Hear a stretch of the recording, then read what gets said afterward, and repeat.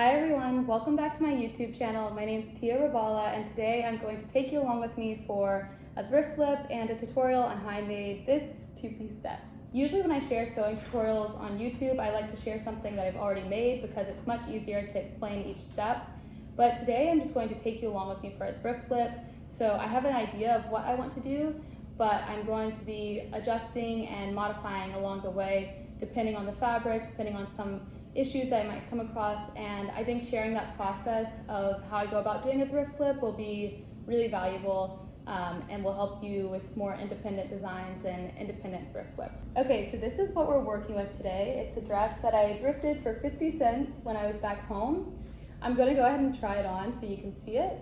I like the fabric, but it's just not my style, so I wanna elevate it and give it a new life. All right, so here's what the dress looks like on. And before I do any thrift flipping, I like to try on the garment and just observe different aspects that I like about it and maybe want to maintain in the newer garment. So as you can see, this has this really cool netting, almost like a vest that you can tie around. And I think I want to preserve that and either separate it entirely from the garment or work it into the corset.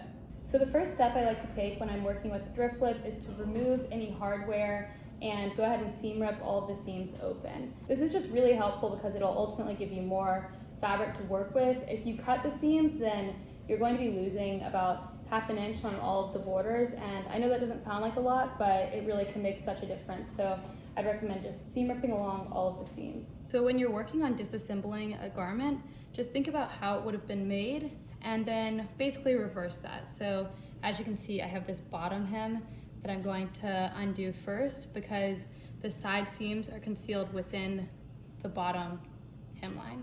And once you get it going, you can usually kind of rip it. You don't need to drag the seam ripper the whole way, but just be careful if you're pulling it apart like this. You don't want to rip the fabric. And I'm just using this old seam ripper, but if you need a new seam ripper or if you don't have one, I would highly recommend getting one, and I'm going to link it in my Nate storefront as well as my Amazon storefront in the caption and comments. So now that that's complete, I have a ton of scraps, some of which are little pieces like this and other large panels that you can see were the front of the dress.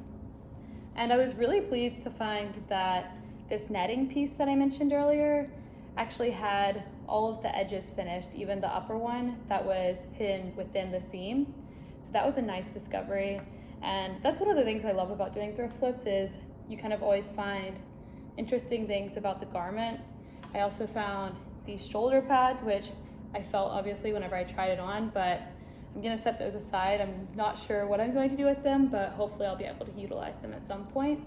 Now the next step is just to iron all of the pieces, making sure you iron all of the seams flat. And usually I like to check the tag of the garment to see what type of fabric I'm working with before I start ironing, but unfortunately I couldn't find the tag for this one, so I just sort of had to guess. I'm pretty sure this is like a cotton, maybe cotton polyester mix. If you're unsure what material you're working with, I'd recommend starting with a test strip and increasing the increment on the iron and seeing just what works best.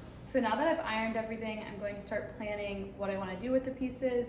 And I made a few sketches, but ultimately came to the decision to do a corset top and a skirt. And I'm going to be basing the top off of this top that I made, I guess a few years ago, this corset top. And I'm just trying it on right now to see if I need to tweak anything, but I think I'm pretty pleased with the cut. So now I'm going to work on outlining this pattern because unfortunately I did not save the pattern pieces that I made from the original design. And I'm going to do that with Christmas wrapping paper because I'm out of my pattern paper. And I'm going to add an extra inch of seam allowance to the back where the grommets will be added because we're going to need to fold that multiple times. And for the rest of the seam allowance, I'm just going to add it as I'm cutting. And this pattern will be linked in the description and the comment section as well. And when you're cutting out paper, just make sure you're not using your fabric scissors. It's really bad for fabric scissors to cut paper. And now I'm gonna go ahead and cut the pattern from the other fabric. And for this, I'm using pieces I already cut just to make sure that they're identical because that's going to be really important whenever we align them. So now that I have all the pattern pieces cut out, I'm gonna work on sewing them together along the side seam with ½ inch seam allowance. And at this point, you should only be sewing together the fabrics that match each other put the lining aside, or rather go ahead and sew the side seams of the lining as well, but we're not attaching those pieces until a later step. All right, so now it should look something like this. As you can see, I didn't sew together the back seams. So that's where we're going to add the grommets. And I have both the outer and the lining pieces, and I just haven't sewn in the back seam. And if you didn't already notice, I have a little helper that has joined me here. This is Daylily. I'm fostering her from Walda's Rescue. She is a mixed breed and she's about 12 weeks old. And if you're interested in adopting her, you can visit the link in the comments/caption. By the time I'm editing this, she might already be adopted, but if she's not, you can adopt her. And if she is, you can adopt some of her friends. So she's gonna chill way up here. Can you be a good helper? Can you be a good helper? That's a good girl. That's a good girl. So the next step is to take the outer piece and the lining piece and sew them together along the outer edges with the two front-facing sides facing each other. And you're going to sew along all of the outer edges except for the top where the straps are going to connect. So those.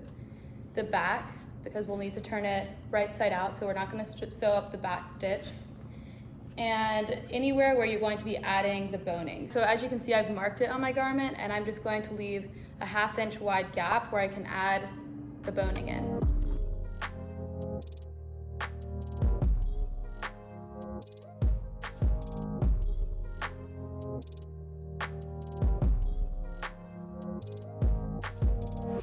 Once the seam's complete, go around the edges and trim any excess. As you can see, I'm getting close to the edge, but still leaving a good bit of space because I don't want the fabric to come undone. So once you've sewn around the edges, it'll look something like this, and you can just start turning it right side out. So I'm just grabbing and pulling through the back seam that we haven't sewn up yet. And I'm just gonna maneuver the straps out as well. And once that's complete, we're just going to press all of the edges flat, wiggling the seam out of the ditch and pressing the edges. Now that I have all of the edges pressed, I'm going to start adding the boning, and for this I'm going to be using zip ties. Usually I like to use 1/2 inch wide zip ties, but today I'm using 3/16 inch zip ties because my local shop either had this or inch wide, and I thought inch wide would be way too thick. So to start, I'm going to be adding channels to the original places where we left the seam open. So as you can see, there's this opening where we'll end up sliding the zip ties in. But before we do that, we need to create a stitch that will guide the zip ties. And I'm going to mark where I'm going to be adding these channels with a fabric marker. That way I can easily remove them in the wash after.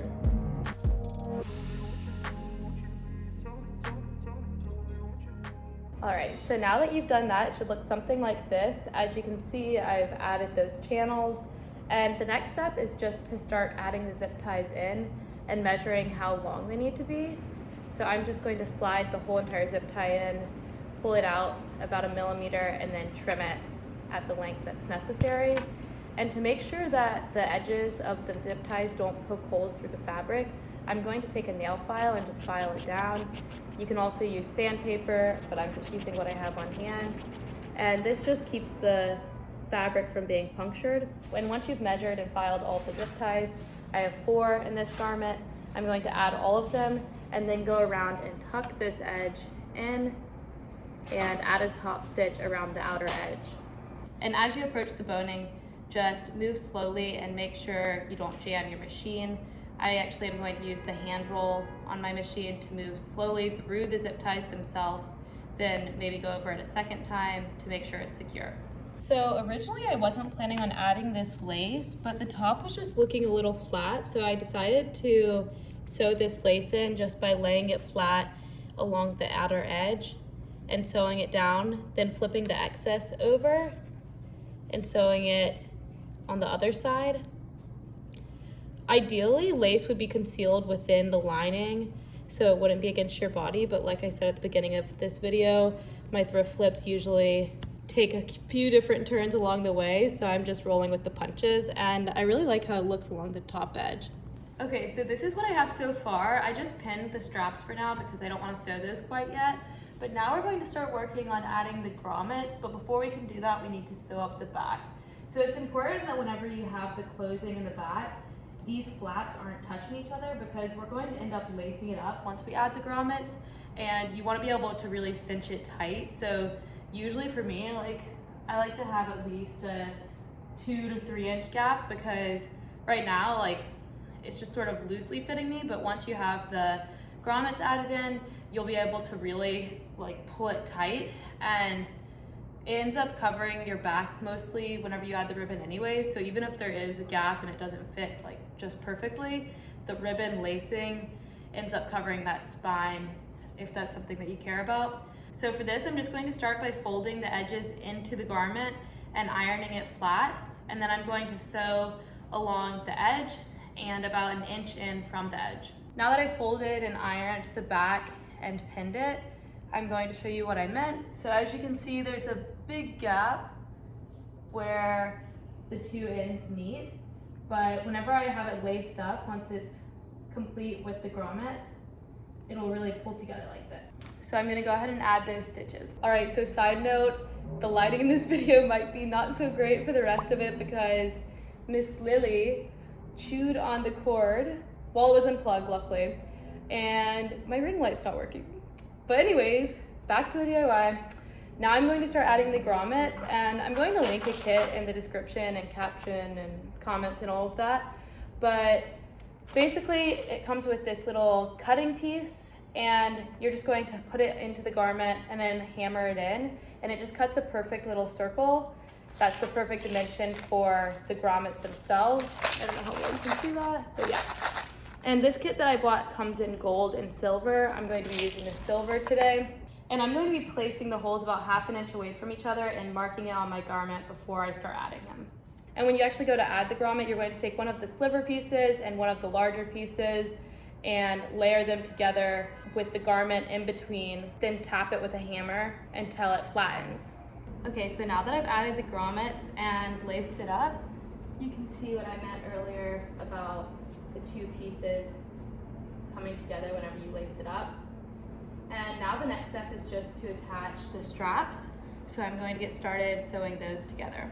Okay, so I've sewn the straps now. It's all laced up in the back, and I think I'm going to take the leftover lace that I added around the edges and sew them on as little bows up here. I just think it looks really cute. And I basically just tied the bow, and then I'm going to hand sew it on. But I don't know, I'm trying to decide if I want to do it on both sides or if I want to just have the one. I think I'm going to do both sides. And then I'm going to get started making the pattern for the skirt. Okay, so now moving on to the skirt. Originally my plan was to just outline and transfer a pattern from a skirt that I liked the fit of. I tried on this green skirt and I thought that it looked like a good cut for this top.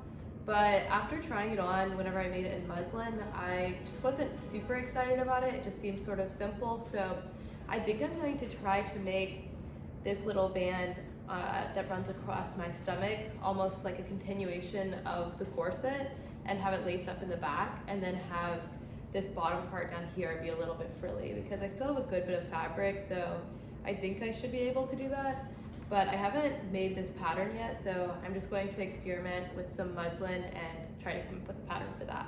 All right, so I finished the skirt pattern, and as always, I'm going to link it in the printable PDF below. But it's basically 4 pieces at this point. So I have this front panel that's going to go right here, and I've cut out a piece of the gingham fabric as well as the lining. And then these 2 side panels that will go on each side. That will go like this, and then I'm going to add the grommets to the back where they'll lace up. I started by gathering a 10-inch wide strip of fabric to start with, and I had about enough fabric to wrap around my waist twice, and now you can see after gathering it, it's about the length of my waist. And don't worry, it's not going to be super short, it's not going to be up here. It's going to be attached to, I guess, a sort of corset piece for the skirt as well. So just set this gathered piece aside, and if you don't know how to gather fabric like this, you just do 2 parallel stitches without back stitching at all, and then you pull in the thread to gather it. So set that piece aside, then take the other piece and you're going to want to sew it up along the side seams. All right, so once that's complete, just press the edges so they lay flat. Then take the two front-facing sides of each of the pieces and align them together. So as you can see, front-facing side, I'm going to put it like that. And the part where it's curving is the top part of the waistband. So now we're going to take the ruffle pieces and secure it in between the two layers for the bottom part. So I'm going to peel this back and sandwich the ruffles in between the two pieces. And I'm going to pin it down, then sew along this top edge. Okay, now that the ruffles are sewn in, we need to sew the top edge of this strip without getting the ruffles stuck. So I'm just going to flip it open and sort of curl these into themselves. Then fold this back over and sew along this edge. And we're going to end up flipping it right side out, so just don't sew the end segment right here. Okay, now that I've turned it right side out, it should look something like this. And I'm going to iron it so it lays flat and then add a top stitch along this edge and this edge. Now that I've added the top stitch here, I'm going to sew up the back seam, and I'm going to be using French seam. So I'm going to sew together the wrong facing sides first, then flip it in the opposite direction and sew again so that this whole piece is encased and all of the raw edges are concealed. If you're not familiar with French seams, I have a tutorial in my last video that will be helpful. Basically just added the grommets to this part of the skirt, and now I'm going to lace it up. And other than that, we're pretty much done. The skirt definitely was a little bit impromptu, and I was experimenting with some new technique. Also, you might notice I ran out of grommets in the silver color, so I just continued in the gold. Yeah, but this is definitely different than skirts that I would usually do. That's one of the things that I love about doing thrift flips, is trying new things and having the freedom to experiment in a way that I maybe wouldn't allow myself to if I was working with, you know, fabric that was $25 a yard. All right, so here's the finished garment. We've obviously come a very far way from the 50-cent thrifted from Brio dress that I started with. I think this is much more my own personal style, so I'm really pleased by that. I also wasn't sure if I was going to like how this sort of frilly feature turned out, but I think it's really fun and super playful for summer. I definitely can see wearing both of these pieces together a lot this summer, but also wearing them independently. And I'm going to do a styling video on my TikTok, so if you don't already follow me there, go ahead and check that out because I'm going to style these in so many different ways. I actually already realized that if I tuck this skirt in to the corset, it kind of reminds me of like 20s flapper dresses, at least what I think that was the 1920s. Not totally sure, this is just a sewing account, but you get the idea. And I wasn't sure if I was going to like the grommets in the skirt. I was worried it wouldn't be functional, comfortable, or even look good, so I was really pleased how it turned out. I think it's a really nice way of tying the two pieces together, and I just like this continuation of the grommets down my spine. Also, I ended up not having to add the flap of fabric I was going to add behind the grommets. I was worried that I would have skin exposed right there, but it was actually such a good fit that I just laced it up and no skin was exposed.